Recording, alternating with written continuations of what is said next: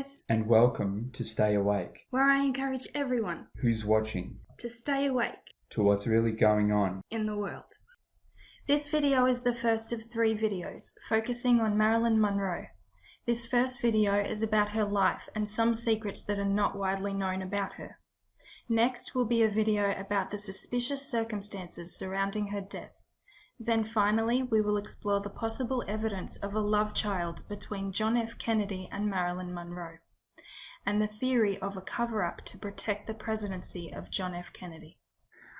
Marilyn Monroe, perhaps best known for having an affair with United States President John F. Kennedy and also his brother Robert, still known all over the world as one of the most famous sex symbols of our time, but she also had an affair with somebody else. As spoken of himself in his book Anton LaVey, who later was to found the Church of Satan, in his authorized biography, The Secret Life of a Satanist, LaVey tells of his time spent with Monroe. On page 49 he claims that Monroe liked to have sexual encounters in cemeteries. It is claimed that this occurred for a brief but crucial period in 1948. LaVey would earn money by playing the organ in the Los Angeles area burlesque houses. He says that it was during this period that he met and had a brief affair with a then unknown Marilyn Monroe after accompanying her chain-dragging striptease at the Mayan Burlesque House Theatre. Monroe relied very heavily on her sexuality to maintain her reigning title as the Queen of Hollywood. Her unearthly ability to cause men's blood to boil with desire was unarguably a major factor of her success. Monroe's love-happy producer, Lester Cohen, said, "It doesn't matter about her face. Every man who wants to see her wants to jump her." She was married and divorced 3 times. She moved in with men and moved out.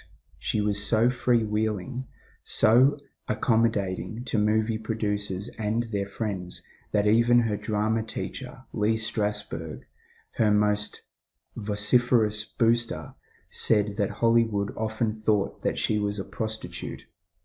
Monroe's furtherance of the sexual revolution and destruction of taboos in her day was paramount. Lust, adultery, fornication. All of these thematic storylines were presented in her films and were realities that she lived out in her personal life as well. Monroe referred to actions as being those of a siren. Sirens were those in Greek mythology who would sing out seductions to passers-by in order to lure them to their death. With movies like The 7-Year Itch, it is understandable why she defined herself in such terms. Itch was the story of a married man who was tempted by the girl upstairs, Monroe, while his wife and children were away. Marilyn gave the impression of being nude in another scene in which she leaned over a balcony in the summer heat to inform a male neighbor that she kept her underwear in the refrigerator. She would need no persuasion to do her infamous blowing skirt scene. This kind of behavior, combined with the landmark success of her films, altogether succeeded in breaking down taboos of propriety that had been adhered to since America's birth as a nation.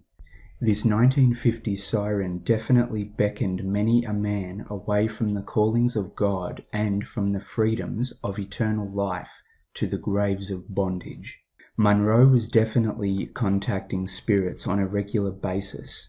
Kingston wrote of how he taught Monroe to draw attention from the spirit world, asking for their guidance.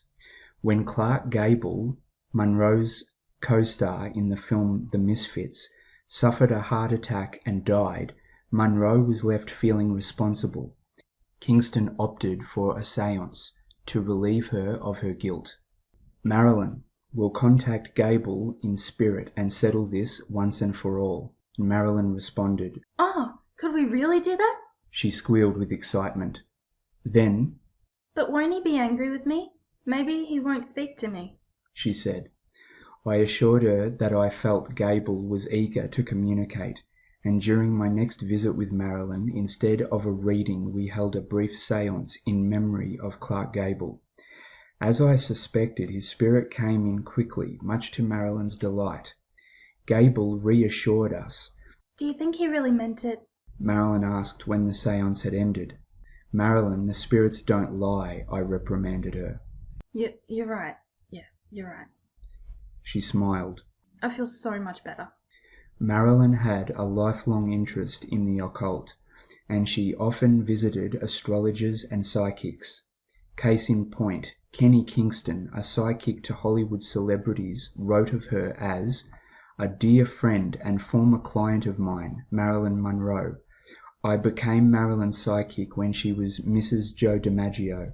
She consulted me many times through the years, and we stayed in touch until just a few days before her passing. Kenny Kingston and Monroe eventually struck up a deep friendship based on their strong inclinations toward channeling, psychic phenomenon, and spirit guides.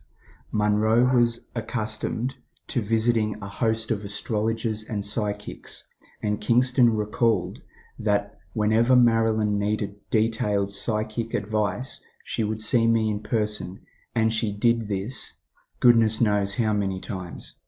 Before each take, wrote Lloyd Shearer, Marilyn would close her eyes and enter a deep trance.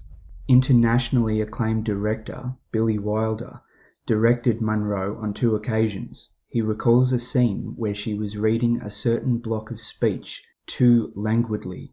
Already behind schedule, he wanted her to hurry it up. Wilder recalls she said she couldn't. She was a disciple of Stanislavski. She had to, she explains, make contact with sugarcane. Already aware of Monroe's reliance, he responded with, "Go ahead and make contact with sugarcane, but for goodness sake, could you contact her a little faster?" LaVey states that he and Monroe were longtime friends and believes that their ability to get along so well was due to their mutual disdain for religion. Monroe was fascinated with Anton's stories of his life and study of Satanism. She always wanted to hear more about occultism and death, to explore the provinces of the strange and bizarre. LaVey says that she loved to hear him talk about magic and the darker aspects of human nature. Billy Wilder's wife, Audrey, reports of one particular occasion when Monroe lost her cool, and it was as if a demon took over, and Marilyn's voice got shrill and nasty, and she was screaming.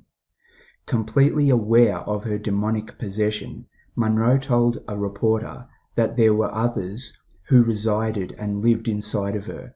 She describes it as Jekyll and Hyde, 2 in 1, more than 2. I'm so many people, they shock me sometimes. I wish it was just me. Of course, to go into all of the secrets of Marilyn's life, we would need a very long video. So instead, here is a website going into the details of the MK Ultra used on Miss Monroe. Please click the link in the description below entitled Marilyn's MK Ultra Programming. Thanks for watching.